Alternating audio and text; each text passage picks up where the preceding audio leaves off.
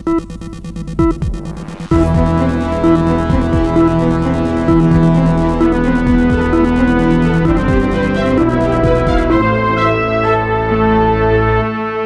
प्रदेश की राजनीति में 2027 विधानसभा चुनाव जैसे जैसे करीब आ रहे हैं, वैसे वैसे छोटे और क्षेत्रीय दल अपने लिए नई राजनीतिक जमीन तलाशने में जुट गए हैं।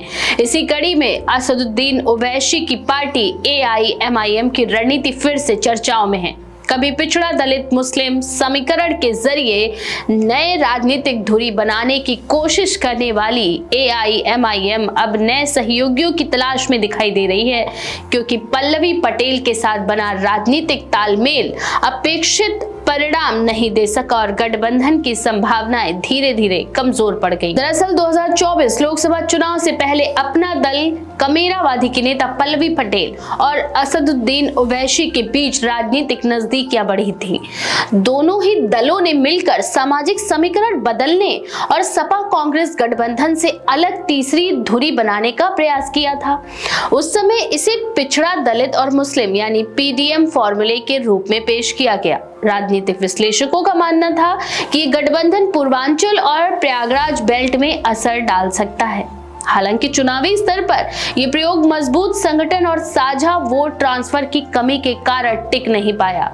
कई सीटों पर तालमेल और उम्मीदवार चयन को लेकर मतभेद भी सामने आए, जिसमें गठबंधन की गति धीमी पड़ गई। राजनीतिक जानकारों के मुताबिक पल्लवी पटेल की पार्टी का प्रभाव सीमित क्षेत्रों तक ही रहा, जबकि AIMIM यूपी में अब भी विस्तार के चरण में है। ऐसे में दोनों दलों को अपेक्षित सामाजिक आधार नहीं मिला। यही वजह रही कि ये प्रयोग स्थायी राजनीतिक गठबंधन में नहीं बदल सका। इसके बाद ओवैसी की पार्टी ने यूपी में नई रणनीति पर काम शुरू किया, जिसमें बड़े दलित आधार वाली पार्टी के साथ तालमेल की चर्चाएं तेज हो गई। इसी संदर्भ में बहुजन समाज पार्टी के साथ संभावित समीकरण की अटकलें भी सामने आई। राजनीतिक हलकों में ये चर्चा चलने लगी कि दलित और मुस्लिम गठजोड़ के जरिए एक नया तीसरा मोर्चा बनाया जा सकता है। AIMIM के कुछ नेताओं ने भी संकेत दिए कि सामाजिक न्याय की राजनीति करने वाले दलों के साथ सहयोग की संभावना से इनकार नहीं किया जा सकता। ये समीकरण इसलिए भी महत्वपूर्ण माने गए क्योंकि यूपी की कई सीटों पर दलित और मुस्लिम वोट मिलकर निर्णायक भूमिका निभाते हैं। हालांकि इन अटकलों के बीच बसपा सुप्रीमो मायावती ने साफ कर दिया कि उनकी पार्टी किसी भी गठबंधन के साथ चुनाव लड़ने की योजना नहीं बना रही। उन्होंने 2027 विधानसभा चुनाव अकेले लड़ने की बात दोहराते हुए गठबंधन की खबरों को झूठा और भ्रामक बताया और कहा कि ऐसी चर्चाएं लोगों को गुमराह करने के लिए फैलाई जा रही हैं। इससे साफ संकेत मिला कि फिलहाल BSP अपने पारंपरिक अकेले चुनाव मॉडल से हटने को तैयार नहीं है। इन सभी के बावजूद राजनीतिक विश्लेषकों का मानना है कि गठबंधन की चर्चा अपने आप में महत्वपूर्ण है, क्योंकि ये बताती है कि यूपी में विपक्षी राजनीति नए समीकरण तलाश रही है। समाजवादी पार्टी पहले से PDA यानी पिछड़ा दलित और अल्पसंख्यक फॉर्मूले पर काम कर रही है। कांग्रेस भी अपनी खोई हुई जमीन वापस तलाशने की कोशिश में है। ऐसे में AIMIM खुद को अलग पहचान देने के लिए ऐसे सामाजिक समूहों की तलाश में है जहां उसे राजनीतिक स्पेस भी मिल सके। ओवैसी की राजनीति का मूल आधार ये रहा है कि वह खुद को मुस्लिम प्रतिनिधित्व की आवाज के रूप में पेश करते हैं और क्षेत्रीय दलों पर अल्पसंख्यकों को केवल वोट बैंक की तरह ही इस्तेमाल करने का आरोप लगाते रहे हैं। यूपी में उनका फोकस उन सीटों पर रहता है जहां मुस्लिम आबादी 25 से 40% तक है।